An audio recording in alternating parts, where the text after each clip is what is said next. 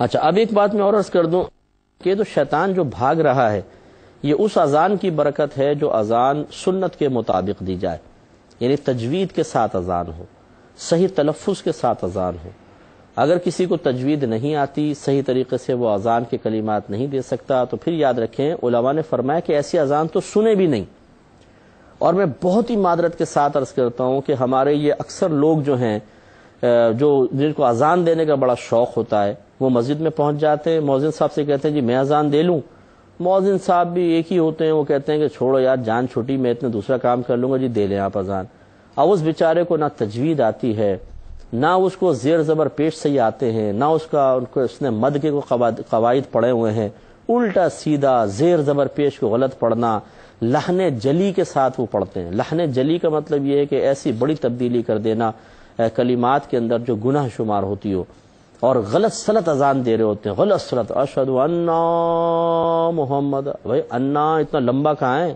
انا ہے بس، انا انا محمد الرسول، محمد الرسول، محمد الرسول۔ اذان ہا نکلتی نہیں ہے، محمد نہیں ہے، محمد ہے، ہا کے ساتھ ہے۔ تو اب کون سمجھائے اور کیسے سمجھائے؟ شوق بڑا ہوتا ہے، بزرگ ہوتے ہیں بعض آ جاتے ہیں، بعض ینگسٹرز ہوتے ہیں بچے، انہیں بڑا شوق ہوتا ہے کہ اور وہ گھر پہ کہہ بھی دیتے ہیں میری اذان سننا، تاکہ امی سن رہی ہوں، ابا سن رہے ہوں اذان، اور وہ مائک پکڑ لیتے ہیں عام قسم کے لوگ آ کر۔ اچھا بعض تو ایسے بھی ہوتے ہیں سرکش کہ اگر ان کو منع کریں تو لڑنا جھگڑنا شروع کر دیتے، کیوں ہم مسلمان نہیں ہیں، ہم اذان دے سکتے؟ ارے بھائی مسلمان تو ہو، لیکن ہر نتو پتو کو اجازت بھی نہیں ہے کہ وہ شاعر اسلام کو اختیار کرے۔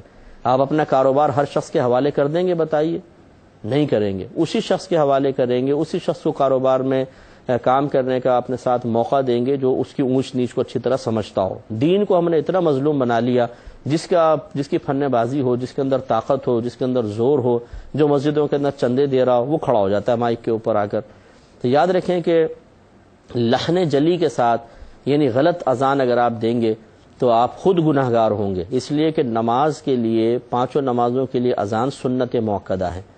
ایک آدھ بار اس کا ترک کرنا برا ہے، اور ترک کی عادت بنا لیں تو گناہ گار ہوں گے۔ تو اس طرح کی غلط اذانیں دے کر جو شخص اذان دے رہا ہے وہ قابل گرفت ہے۔ اور اسی طرح کمیٹیوں کو چاہیے کہ جس مؤذن کو آپ رکھ رہے ہیں تو یہ نہ دیکھیں کہ وہ بہت خوبصورت آواز کا مالک ہے، بہت اچھی کھینچ کے اذان دے رہا ہے، بلکہ یہ دیکھیں کہ صحیح کلمات بھی ادا کر رہا ہے کہ نہیں کر رہا۔ تو ایک آدھ کوئی اچھے جو مستند مفتی صاحب ہوں یا کوئی اچھے عالم ہوں، آپ جب مؤذن کو رکھیں تو ذرا اس کو سنوا لیں۔ اذان ہر ایک کے بس کی بات نہیں ہے، یہ بہت ہی اہم چیز ہے، اسی لیے علماء نے فرمایا کہ فاسق و فاجر کو اذان نہ دینے دی جائے۔ جس کی داڑھی نہیں ہے، ایسے لوگ کھڑے ہو جاتے ہیں اذان دینے کے لیے، یہ شاعر اسلام ہے، اس کے لیے آداب ہیں باقاعدہ، ایسے شخص کو یہ دیں اذان کا موقع جو باشرع ہو، وہ اذان دے۔ ہاں بالغ ہونا شرط نہیں، نابالغ بھی اذان دے سکتا ہے، بے وضو بھی اذان دے سکتے ہیں، لیکن انسب اور اولا یہ ہے کہ باوضو اذان دی جائے۔ تو اس لیے تھوڑا سا ہر چیز کے آداب اور احترام ہوتا ہے۔ ہمارے ہاں بعض وقت ایک آدمی میں زور ہے، طاقت ہے، کمیٹی اس سے دبتی ہے، مسجد میں تو چندہ دیتا ہے یا ذرا طاقتور ہوتا ہے، زوردار ہوتے ہیں، وہ جا کے مائک پکڑ لیتے ہیں، منع تو کر کے بتاؤ، ماریں گے، لڑائی جھگڑا شروع کر دیں گے، لیکن یہ خود اپنے لیے وبال جمع کر رہے ہیں۔ اس طرح شاعر اسلام کو غلط سلط بیان کرنے پہ کہ ان کی کوئی گرفت نہیں ہوگی، یہ کچھ بھی کرتے رہے اللہ تعالیٰ بخش دے گا، دوسروں کی گرفت ہو جائے گی۔ کیوں بھائی؟ آپ نے کون سا سرٹیفکیٹ لے لیا ہے کہ آپ جو کرتے رہیں آپ کو اللہ تعالیٰ آپ کی پکڑ نہیں کرے گا؟ اس لیے خبردار یہ سوچنا چاہیے، اذان ہرگز صحیح آدمی ہی دے جس کو تجوید کے ساتھ اذان آتی ہو۔ اور اذان کے آداب اور احترام ہیں، میں انشاءاللہ ابھی ایک روایت آگے آپ کو بیان کر رہا ہوں، بلکہ میں پہلے آگے یہ بات تو میں ایک عرض کر دیتا ہوں۔ حضرت امام بخاری نے حضرت عمر بن عبدالعزیز کے قول نقل کیا ہے، آپ فرماتے ہیں عمر بن عبدالعزیز رضی اللہ تعالی عنہ نے فرمایا کہ عمدہ طرح اذان دو ورنہ اذان کا منصب چھوڑ دو۔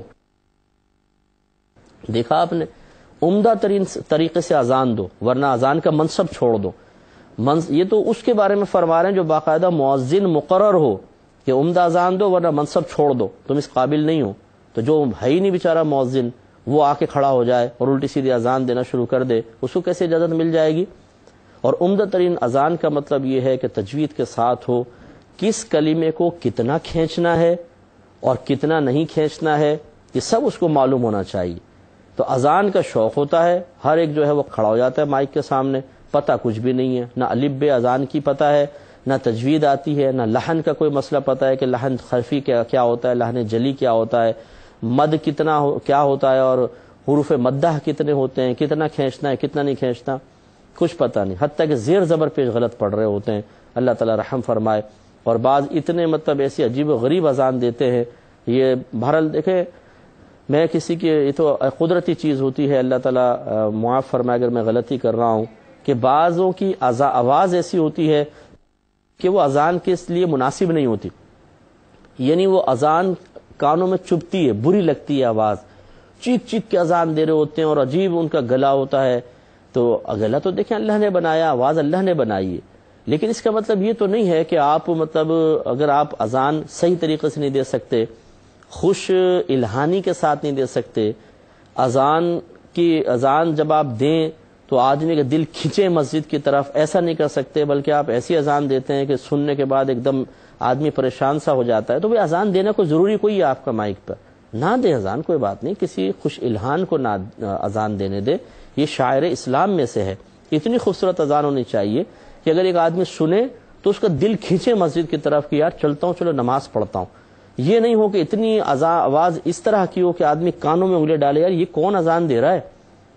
تو بعضوں کو یعنی ایک تو ہوتا ہے کہ چلے آواز قدرتی طور پر ایک آواز اچھی ہے، اذان دینے کا سلیقہ نہیں ہے، ایسا کریں گے جیسے شور بس ہو رہا ہے بہت زیادہ، اور کوئی خوبصورتی نہیں ہے، اتار چڑھاؤ نہیں سیکھا ہوا، دینا ہے، یہ ڈیوٹی پوری کرنی ہے، یہ طریقہ کار مناسب نہیں ہوتا ہے۔ کوشش کیجئے کہ آپ اگر اذان دینا چاہتے ہیں پہلے دیکھیں کہ آپ کو تجوید آتی ہے، آپ جو قواعد تجوید ہیں اسے اچھی طرح جانتے ہیں، پھر آپ یہ دیکھیے کہ کیا آپ باشرع شخص ہیں، یہ بھی دیکھیے کہ کیا آپ کو آپ کی آواز اذان کے لیے مناسب ہے، پھر یہ بھی آپ دیکھیں کہ آواز وغیرہ سب ہے، لیکن جب تک پریکٹس نہ ہو تو اذان اچھے انداز سے انسان دے نہیں سکتا ہے۔ یہ سب لوازمات آپ تیار کر کے اگر اس میں کمی محسوس کرتے ہیں تو پہلے کمی پوری کریں، پھر کھڑے ہوں۔ کھڑا ہونا آپ کا کوئی کمال نہیں ہے، اصل چیز ہے اچھے انداز سے اذان دینا، اس کمی کو پورا کرنا کمال ہے۔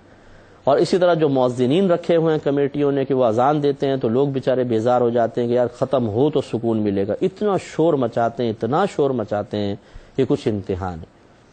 تو یہ تکلیف ہوتی ہے لوگوں کو اس سے، اور وہ اذان حقیقتاً صحیح نہیں ہے، وہ اذان نہیں ہے، نہ تجوید آتی ہے نہ کچھ، اور جو چیخیں گے زور زور سے وہ سمجھتے ہیں کہ کلمات کو اونچا آواز سے بیان کرنا اور خوب کھینچنا یہی اذان ہے۔ بھائی یہ نہیں ہے، اور بہت ساری چیزیں چاہیے ہوتی ہیں۔ اس لیے اگر کسی کو ہمارے جملے برے محسوس ہوئے ہوں میں معذرت چاہتا ہوں کہ آپ برا نہیں مانیے گا، لیکن بہرحال ہر چیز کے کچھ تقاضے ہوتے ہیں، تو مؤذن ہونے کے بھی کچھ تقاضے ہیں، ان کو ملحوظ رکھیے، اسی میں بہتری ہے۔ اللہ تعالیٰ عمل کی توفیق عطا فرمائے، آمین۔ وآخر دعوانا ان الحمد للہ رب العالمین۔